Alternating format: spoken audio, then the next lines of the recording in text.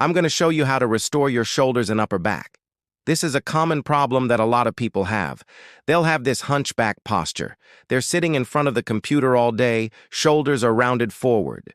What you need to do is actually mobilize your shoulder blades. So this is a really quick exercise that you can do right at your desk. What I want you to do is put your hands together, turn your palms up, and arch your fingers. Now what you're going to do is you're going to take your shoulder blades and you're going to pinch them together. You should feel a stretch in between your shoulder blades and also through the front of your chest.